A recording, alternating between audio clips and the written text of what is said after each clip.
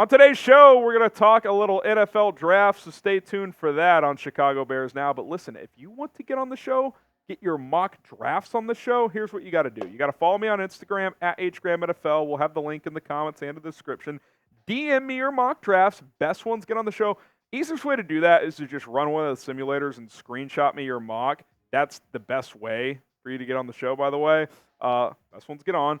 Got to get to 5,000 followers. We're just over 4,800, less than 200 away. Once we cross 5K on Instagram, we are putting your mocks on the show. My name is Harrison Graham. Let's dive into today's video.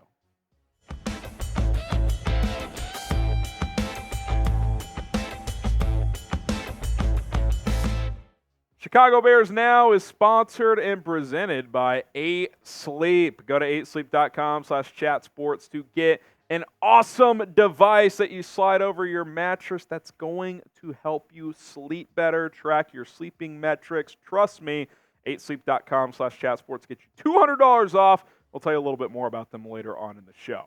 Speaking of the show, we're going to take a look at some draft targets with the number 9 pick. I know all the focus. Caleb, Justin, number 1 pick. Drake Maye, Jayden Daniels.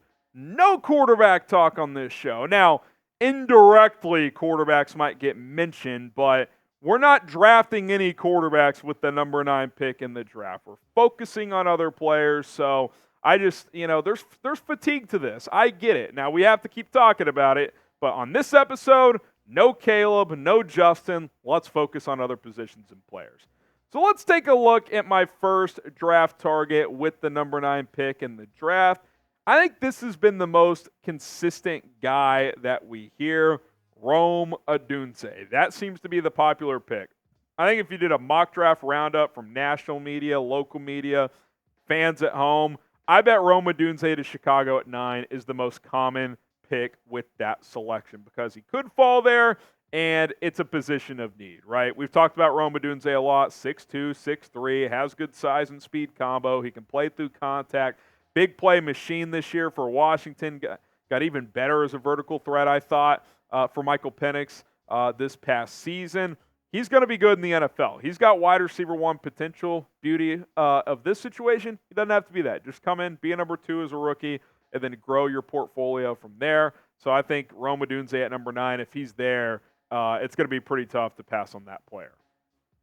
That's also true with Brock Bowers. Now, the chances both of these guys, the tight end out of Georgia and the wide receiver out of Washington, fall to 9, that's probably unlikely, but I do think there's a good chance one of them gets there. You look at Bowers, 3 years at Georgia, just very consistent, big play guy, yards after the catch. They use him on jet sweeps, guys. Like, how many tight ends are carrying the football in the NFL? That would be pretty much zero, except for the couple of teams that, including the Bears a couple times this year, that do the tight end QB sneak deal where they put him in motion, snap it to him, and sneak forward. They're putting him in motion and handing it off to him at times at Georgia. Hopefully one of these guys gets to 9 because if they do, I'm probably picking one of those players. If not, maybe you trade down depending on how you feel about the rest of the board. But adding another premier offensive talent, regardless of who the quarterback is, I think is vital for this team.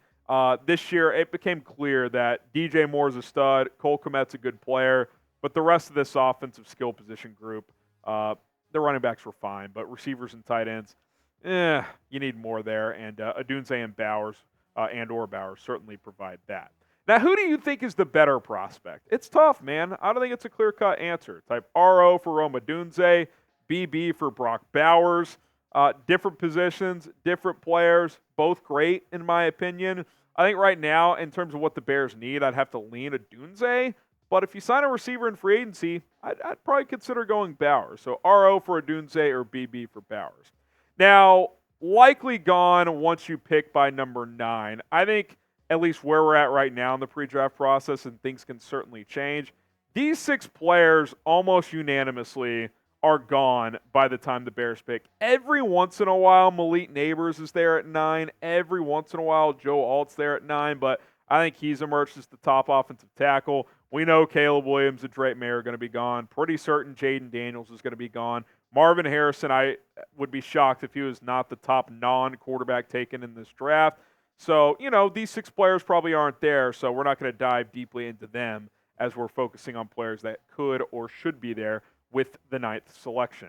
Before we get to our next target, let's tell you guys a little bit more about today's sponsor. That is 8 Sleep. Are you struggling to sleep at night, or do you just want to sleep even better than ever? Well, it's a new year, and it can be a whole new you with 8 Sleep. The high-tech solution to your age-old sleeping issues is going to be solved with 8 Sleep. Their Pod 3 cover slips right over your mattress like you see on your screen, bringing heating and cooling tech that keeps you comfortable and sleeping deeper for a better, more restful night. I picked up my Pod 3 cover from 8 Sleep a few months back, and I've never slept better. Sleep science shows that in order to sleep our best, our body temperature needs to drop in the early and middle part of sleep and rise in the morning. The pod cover will improve your sleep by automatically adjusting your bed's temperature based on your individual needs.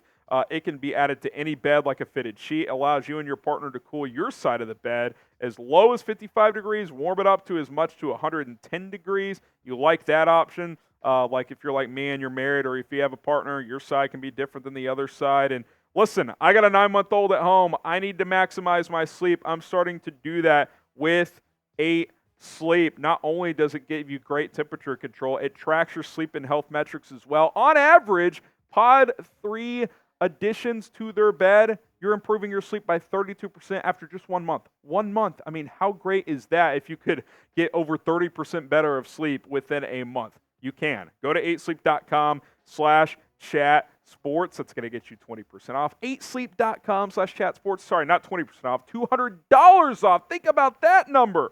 $200 off with 8 Sleep. Get started today. 8sleep.com/chatsports. Okay, let's go to the next guy here. Dallas Turner. Dallas Turner. Listen, if you're not going to go offense, this is my top defensive guy right now with the number 9 pick.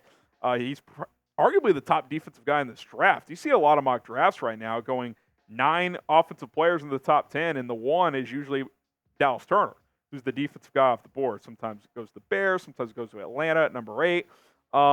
I thought he really improved his body this year, put on some weight. He was a little too light last year. I thought he'd be too small as a Matt Eberflus 4.3 fit, but he put on probably 15 pounds or so. He's going to be about 250, I think, at the combine.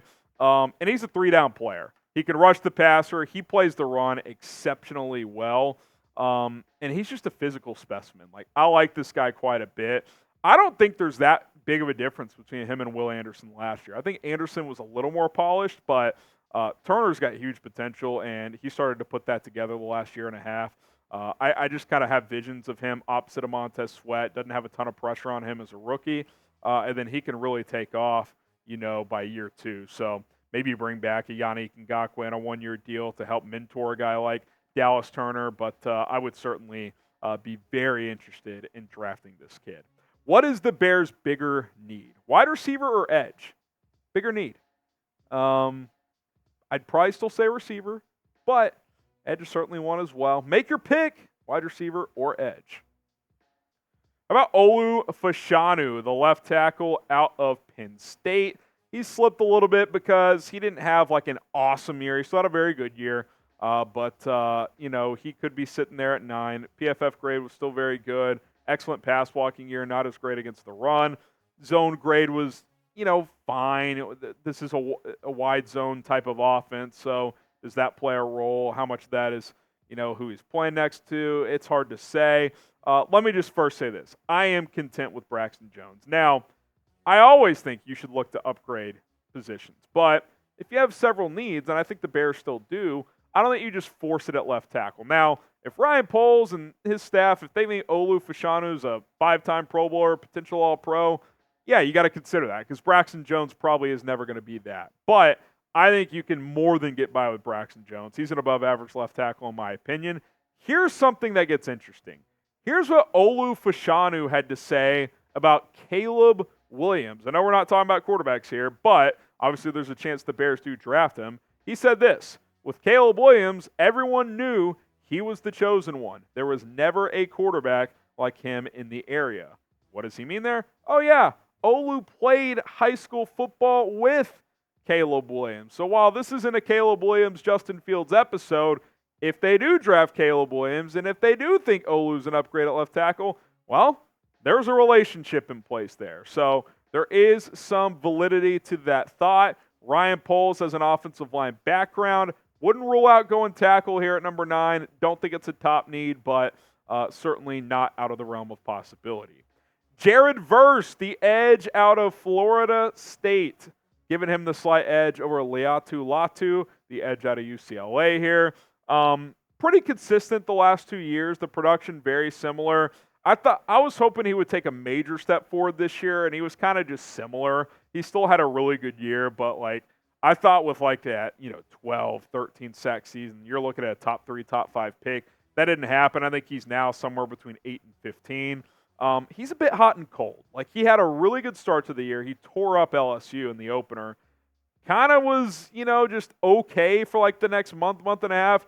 But then he finished the year awesome again. So it's okay, his highs are very good. I think he had 3 sacks in the ACC championship game. So at times he just gets in these modes where he's dominant and unblockable. But you want a little bit more consistency. I like the build, though. He's got more mass than Dallas Turner, I believe. So that could play a role as well. I like Turner a little more than Verse, but I like Verse a little bit more than Latu. Who do you want with the number 9 pick in the NFL draft? Dream scenario, who's the pick at number 9? Drop his name in the comment section below and let us know what you guys think. I think some other names just to be aware of. Jer'Zhan Newton, the defensive tackle out of Illinois. I would like him more in a trade down scenario. I think Javon Dexter showed enough things that you're not just trying to push him back a peg either. If you're going to do that, to me, do it for Chris Jones in free agency. You know what I'm saying? I mentioned Latu, very productive. Isn't going to have incredible testing. He does have some medical concerns. If that checks out, though, he should go, top 15 or so. Brian Thomas Jr., he's already going top 15 in a lot of mocks. He separated himself as the 4th best receiver in this draft up to this point, so keep him in mind. Cooper DeJean, the corner out of Iowa, this is probably only even slightly a possibility if they trade Jalen Johnson or let him go, which I don't expect to be the case. And even then, I'm still not sure you would do it, but he's kind of in that range. Taliese Fuaga, the offensive tackle out of Oregon State, he's been rising up boards. I'll verbally mention J.C. Latham as well. A couple of offensive linemen out of Oregon State and Alabama that could be in this range. Probably a little bit lower, but just names to monitor. All right, guys, there you have it. Some draft targets with the number 9 selection. My name is Harrison Graham. Don't forget to subscribe. Also, follow me on Instagram. Trying to get to 5,000 followers. Once we do, we'll feature some mock drafts from you here on the show.